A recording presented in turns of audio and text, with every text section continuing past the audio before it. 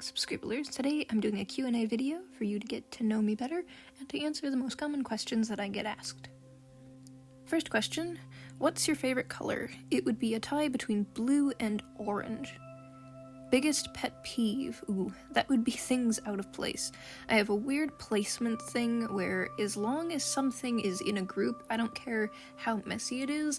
If art supplies are in one section, clothes are in another, food is in one section, it's fine and dandy. It doesn't matter if it's a mess as long as it's in a designated area.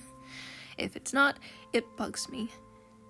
Favorite art supply? Ooh, that would be digital art. Least favorite art supply?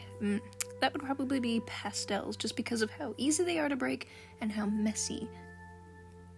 What tablet do you use? I actually use an iPad Pro, the 12.9 model. I think it's the 2020 version. And then the next question, what program do you use to draw? That would be Procreate. I think it's like $10 in the App Store, and it's only for iPad. I mainly got it at the exact time that they announced that they were adding animation to it, so that was a bonus for me because I was using Fire Alpaca on my laptop with the smallest of the Wacom little tablets. It wasn't even a touchscreen one.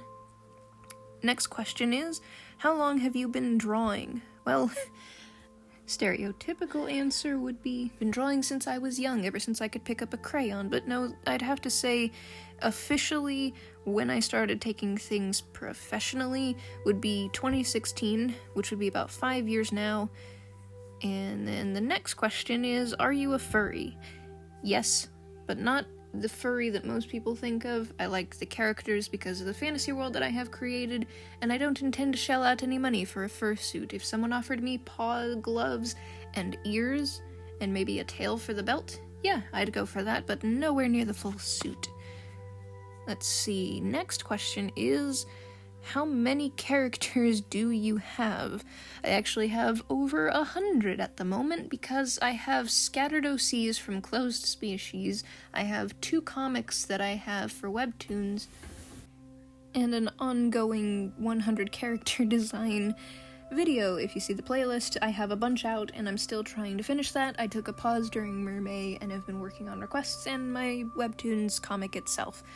Another question would be, do you have any favorite animals? Yes, I actually love fennec foxes, if it wasn't obvious enough by Vixie here, and birds. I love birds. Big, small, colorful, simple, they're all wonderful. Next question is, do you have a partner? Yes, that would be a chorus. Recently I've had him featured in some of my videos. If you've seen my video about me flying for the first time and trying British confectionaries, you can actually hear him in those as a guest voice. Let's see, these 2 questions I'm going to combine together, which is, do you have an ultimate goal, and why did you make your YouTube channel? I had actually made my channel to be a portfolio of sorts, and it was originally just random videos compiled together, ranging from polymer clay videos to random Halloween costumes, and sometimes drawings, and very, very hodgepodged animations. I didn't know what I was doing at the time, and then I started to take things more seriously when I started realizing that I want to be able to create anything from fan art to my own original creations. No matter what anybody says, only I, at the end of the day, can produce it and bring it to the channel for you guys to see. And building up confidence. One of the things that I had worried about my channel was not being found by people, or being pretty much buried in the algorithms, and not being able to keep up the quality of my videos. There are things from my end that I wanted to focus on, and things from, I guess you could call it, the stuff that you can't control that you worry about, the things that make people anxious. For me, I get anxious and worry, is the channel entertaining for you guys? Are there videos that you want to see a series of, that you want to keep watching? I want to be able to be open to feedback, but I also want to have set videos so that I'm not just jumbling around and changing my mind every month, because initially I thought I had to jump on band with trends, and I thought that I had to follow other people to make it, but then at the same time wanting to be myself and create my own original projects, but people wouldn't care about these original projects because it wasn't something important enough. But I have to say that it is actually thanks to the inspirations, which is my next question. What inspires you that pushed me to keep going?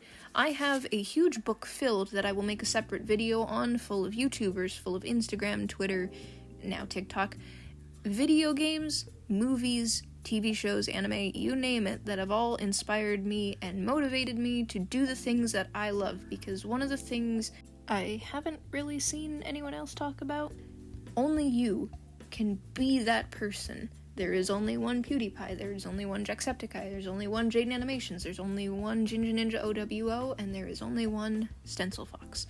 Every single channel behind that is the person that makes that channel, what it's known for, and I would love to be able to have that and have people say, hey, I know this, that's Stencil Fox's work, and have that broaden out, and someday to have my own freelance studio with that kind of title behind it, and still be able to work on requests and my commissions and various other things on the regular. And yeah, I didn't mean for this question to go on for this long. Moving on to the last couple of questions is, how long does it take you to finish an illustration, and how do you do so much art?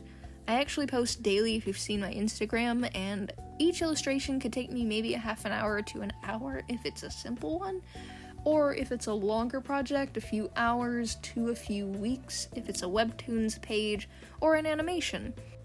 And the last question I have is, what is a subscriber? This is what I call my subscribers. The reason why I had created it in the first place was because my original slogan of Join the Vixen Squad sounded very off. I didn't realize that Vixen was female fox in that sense of, just don't Google it, but basically it was something that was entirely different to what I had intended. Subscribers sounds much better because it's subscribing, and scribbling, which is like a form of doodling and drawing just for fun, which is what I wanted my channel to represent, and having you guys join as the subscribers I thought was just kind of a cute little slogan, and I'm not sure if every YouTube channel has that for their subscribers, as well as you guys work on illustrations as well. I imagine if there's something that you guys would like to share with the channel, tag me in it. I will be trying to add guest artwork, and if you've got fan art for me, that would be fantastic. I want to be able to feature this at the end of my videos so that others can see the stuff that you're working on if you are an upcoming artist, or if your art hasn't been seen by people. I want to help the world see it. And thank you guys for joining me for this Q&A session. If there's anything that I didn't answer, please leave it down in the comments below and I will answer them. And as always, if you're not already a part of the Subscriber Squad, please be sure to put your paws to that subscribe button and share this video with your friends, family, pets, you name it. And I will see you all in the next video. Bye-bye!